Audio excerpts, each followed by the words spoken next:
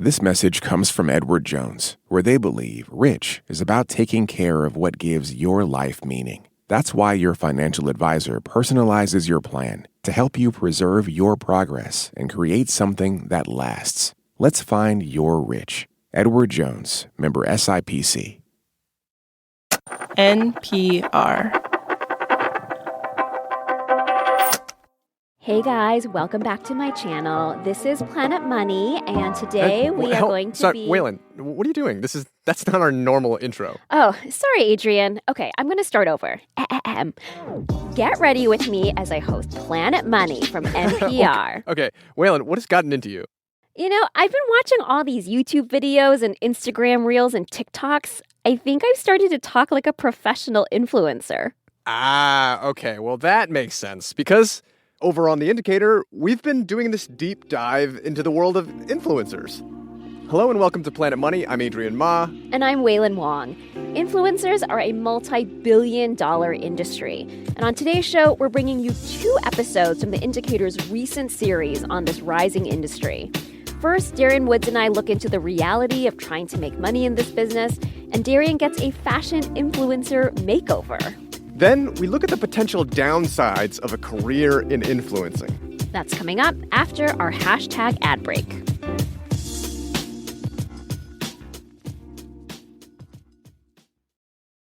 Support for this podcast and for Planet Money Summer School comes from Capital One. With no fees or minimums on checking accounts, it's no wonder the Capital One bank guy is passionate about banking with Capital One. If he were here, he wouldn't just tell you about no fees or minimums. He'd also talk about how Capital One cafes are open 7 days a week to handle your banking needs. It's pretty much all he talks about, in a good way. What's in your wallet? Terms apply. See CapitalOne.com/bank. Capital One N.A., member FDIC. This message comes from Mint Mobile. If you're tired of spending hundreds on big wireless bills, bogus fees, and free perks, Mint Mobile is for you. Shop plans at mintmobile.com/switch. Taxes and fees extra. See Mint Mobile for details. If you survey Americans, unions are more popular than they've been in half a century, and workers themselves seem increasingly amped to join one. Where a lot of this energy has come from is just people after COVID being like, I just don't trust my employer to treat me well. I want a union. More workers may want to join a union, but when you look at the numbers, union membership as a percentage of the overall workforce is still declining. There's signs of life. But if this takes off, we're at the very beginning. Why unions in America face such an uphill battle. That's in our latest bonus episode for Planet Money Plus listeners. If that's you, thank you so much for your support. If it's not, it could be. Sign up at plus.npr.org. I think you need to lose the hat. Lose the hat? Let your hair flow. All right, so Waylon, Kendall Hoyt is a fashion influencer. She's got a focus on goth-adjacent vintage looks, 500,000 followers on TikTok. Goth-adjacent vintage? I am intrigued. And to investigate the economics of influencers, I wanted to see how they spent and earned their money. So here we are in Beacon's Closet. Right, so Kendall and I went to a second-hand clothes store in Brooklyn, and she offered to style me. I am so jealous you got to go vintage shopping with an influencer, Darian. It was a lot of fun. Okay, I like the vibes of this. Fun horse girl graphic. Horse girl. I love it. So first was the t-shirt rack. Living her fantasy. She's free-spirited. Living her horse life. Yeah. Please tell me you got the horse t-shirt. I did, of course. And next in my journey to learn about becoming an influencer, pants. I want to find like a 70s like flare or like a straight leg. It's time to ditch the skinny jeans. Ditch the skinny jeans. These look nice. Flare, it says flare. Okay, flared blue jeans. So I tried them on. You look good. Well, let's take this to the register. Are you serious? I'm ready to purchase. Okay, great. Wow, so you got a whole new outfit? That's right, and it's pretty affordable. All right, $33.90 is going to be your total for the both things. Whenever you are ready, just go ahead and tap. Do you want a receipt? A receipt would be great. Okay. I hope you're expensing that. Kendall makes short videos on TikTok and Instagram where she dresses in different outfits, mostly thrifted or secondhand. Today I'm going to be showing you how to dress like a Vivienne Westwood model. And as for her style, Waylon, I'll just show you some of her videos. Then Okay, I see her feed now. Okay, so you weren't kidding about the kind of goth vintage adjacent, because I see a lot of black here. Yeah, black, little plaid. And a lot of other people are into it too. Like, with 500,000 followers on TikTok, that puts her squarely with the kind of following that the industry counts as an influencer. Right, it's like below 100,000 followers and you're considered a micro-influencer, and then above 1 million followers, that's reaching celebrity status. Exactly. And so to get the audit of her accounts, I asked her how much she spent every month. For me, it is mostly clothes and fashion. So I'm probably spending a couple $100s a month just accumulating new things. But I also get gifted a lot now from brands. Okay, so a couple $100s a month, that's over $2,000 a year on clothes and stuff. That's a lot of horse girl t-shirts. And aside from clothing expenses, there is also the longer-term capital investments. So for Kendall, it's an iPhone, laptop, tripod. So add another couple of thousand on top of that.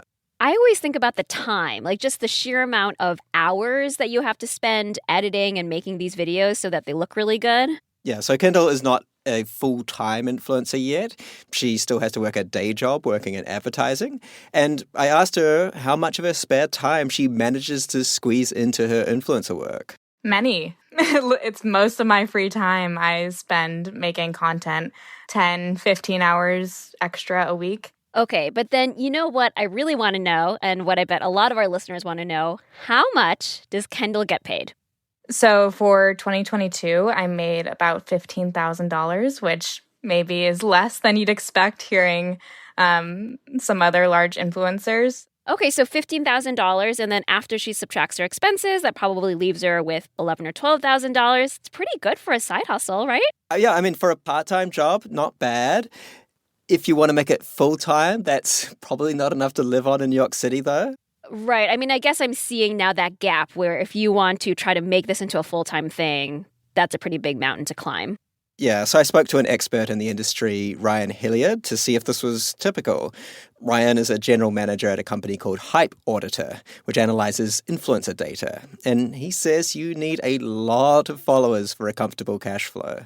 There's kind of a magic number where it becomes, I can do this for a living, and that's probably close to that. I have 1 million followers. And there's only a tiny share of influencers who reach that level. Less than 1%. It's just too hard. There's too many other people doing similar stuff. Now, first, keep in mind that the amount you can earn varies wildly from influencer to influencer. Like, how loyal are your followers? Do they click on the links that you suggest? Are your followers mainly on YouTube or Instagram or TikTok? And also, what kind of influencer are you? Right, like, are you a fashion influencer, cooking, golf? Exactly. And it's also the question of what are the demographics of your followers? Like, are they higher or low income? These things all make a difference. Now, the second thing to think about with Ryan's numbers is that, of course, everybody's definition of what counts for enough to live off varies. So let's focus on Kendall. By Ryan's calculations, she could be comfortably earning $65,000 a year, maybe even $100,000. Oh, $100,000. Wow, that is such a difference. Yeah, and to understand why, you need to look at how influencers make money. Are we talking SponCon? SponCon, exactly. #ad. These posts on TikTok or Instagram where the influencer showcases a new bag or a skirt. Caption, paid partnership. Kendall Hoyt charges $4,000 for a single TikTok post. And Ryan says that based on his surveys, about 80% of influencers' revenue comes from these paid posts. And a typical influencer might make 1 or 2 of these a month. Next up to get money, another 10 to 15% of influencers' revenue comes from affiliate links. Oh, right. So this is where a viewer might click on a link on the influencer's profile to buy something, and then the influencer gets like 10% of that sale. Or there's like an offer code and they get a cut. And there's a third way for influencers to earn money, and that's through exclusive content that people subscribe and pay for. Like Planet Money Plus? Thanks for the plug, Waylon. And while some influencers might even earn all their money through subscriptions, the influencers that Ryan has surveyed only actually earn a small amount this way. Okay, so given all of that, why are Ryan's numbers so much higher? Ryan says you can basically divide influencers with large followings into 2 categories. Ones that are actively working with companies for sponsored posts, and ones that aren't. You still have to find brands to partner with So like one of the things that we've asked creators is like, how much time do you spend on managing your accounts? And people that don't try to monetize, it's usually less than 20 hours. And people that do try to monetize, it's more than 30 hours. So on top of her day job and actually building her following, Kendall says she doesn't have time to proactively reach out to brands to work with. So she's kind of in this bind right now. She's got no time to reach out to companies, but if she does quit her day job, she wouldn't have any sponsors lined up. Like, who wouldn't want to just post a video to make thousands of dollars? But there's a lot more that goes into it to build up a community and be able to get those deals. You know, Waylon, even with these sobering statistics, I figured maybe I might try my hand at influencing. So Kendall helped me with that new look and gave me posing tips. Relax the eyebrows and slightly, like, part your lips, like. Yes, this is so good. All right, straighten up. And then you could, like, tousle your hair. Okay. There you go. Little tussle. Slow. Sauce. How do you feel? I feel a little unusual. I never thought of relaxing my eyebrows before. I realize I have such tense eyebrows. Gotta get some Botox. So, Darren, did you get some Botox? I did not. But look, here's the photos before and after. Oh, wow, Darren, you look so great. I see the Horse Girl t-shirt and these new jeans that are no longer skinny jeans. But you honestly look great. I think she did a wonderful job. You got to go shopping with an influencer before you die. It's like, I it's want a compulsory. do-over. Yeah. There's still time. Or maybe I'll go get Botox with an influencer. I mean, the possibilities are endless, really. When we come back, Darian and Adrian Ma are going to get into the pitfalls of influencing as a career choice.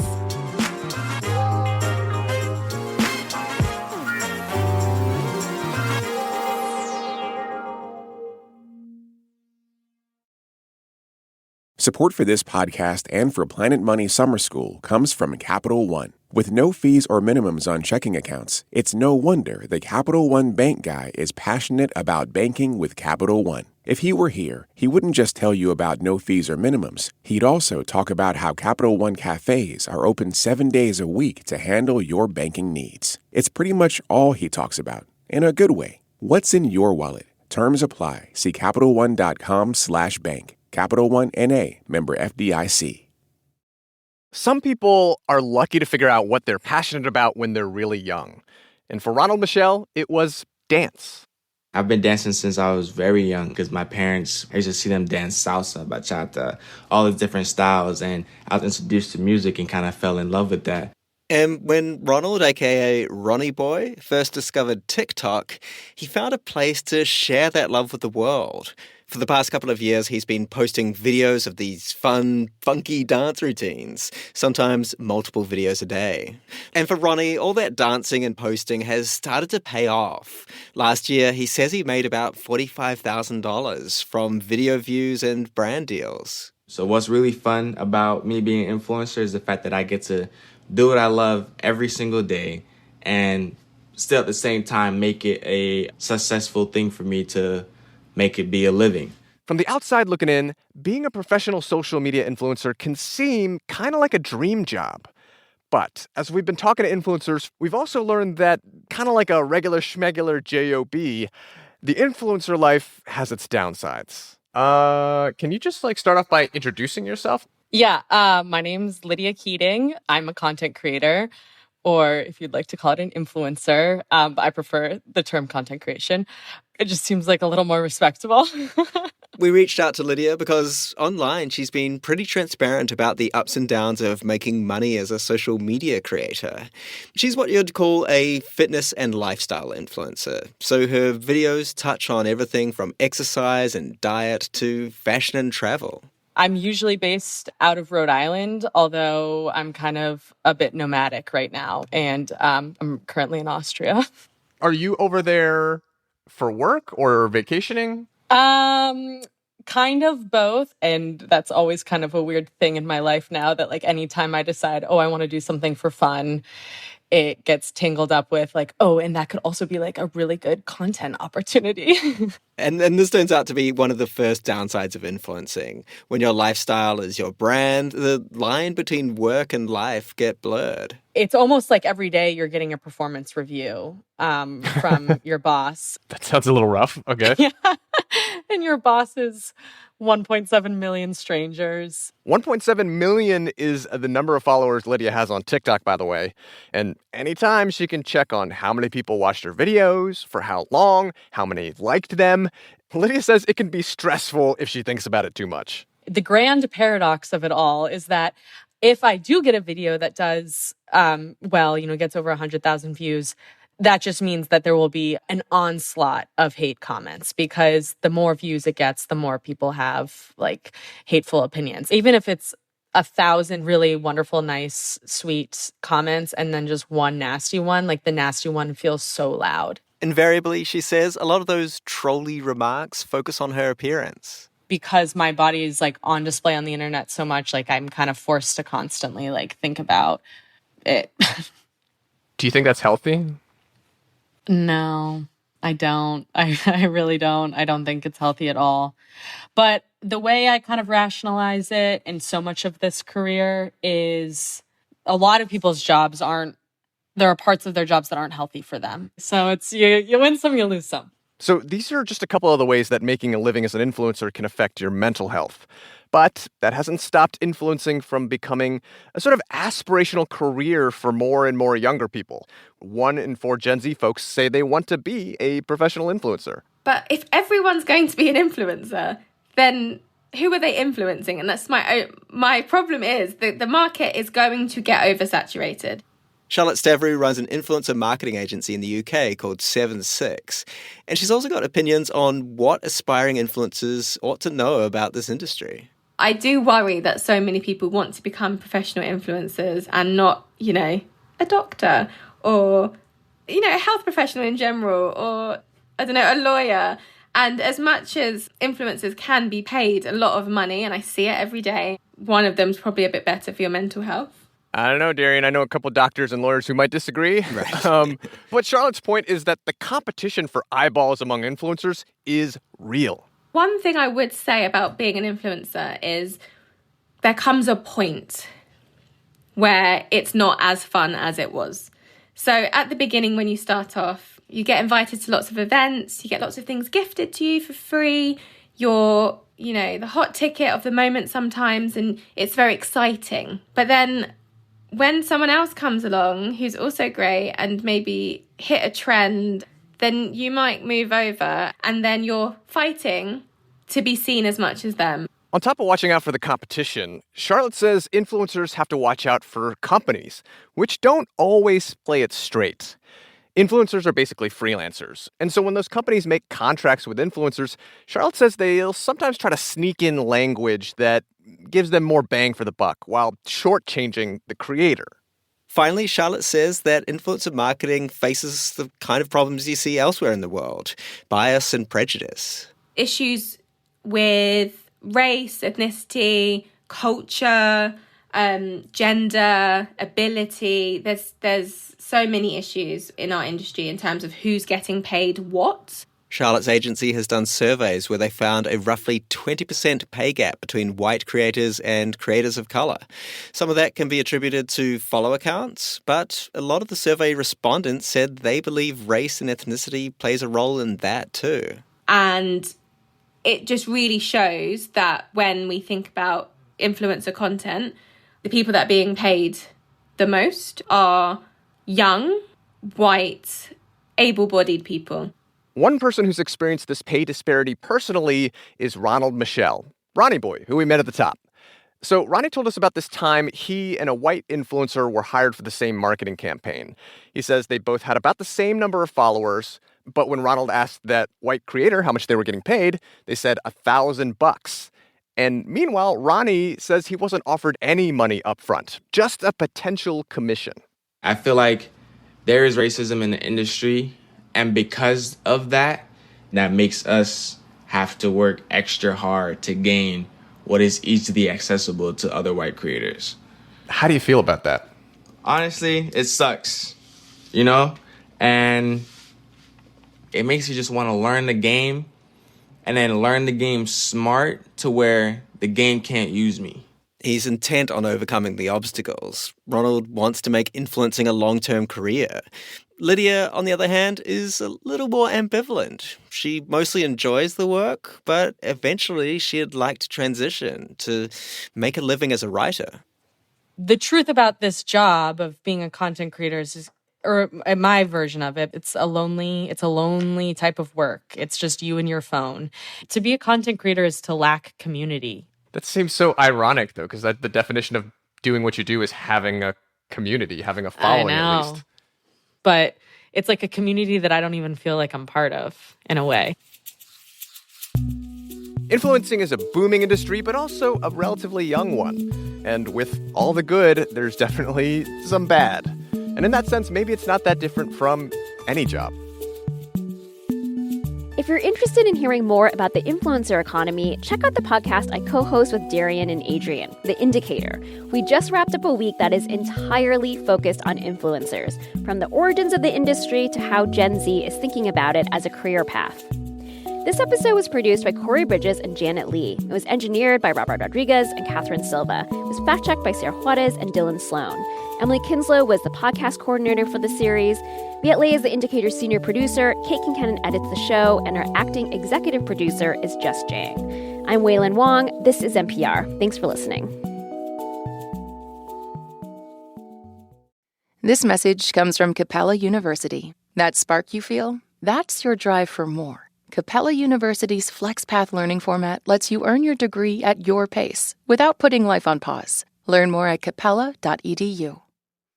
This message comes from Mint Mobile. If you're tired of spending hundreds on big wireless bills, bogus fees, and free perks, Mint Mobile is for you. Shop plans at mintmobile.com/switch. Taxes and fees extra. See Mint Mobile for details. This message comes from Instacart.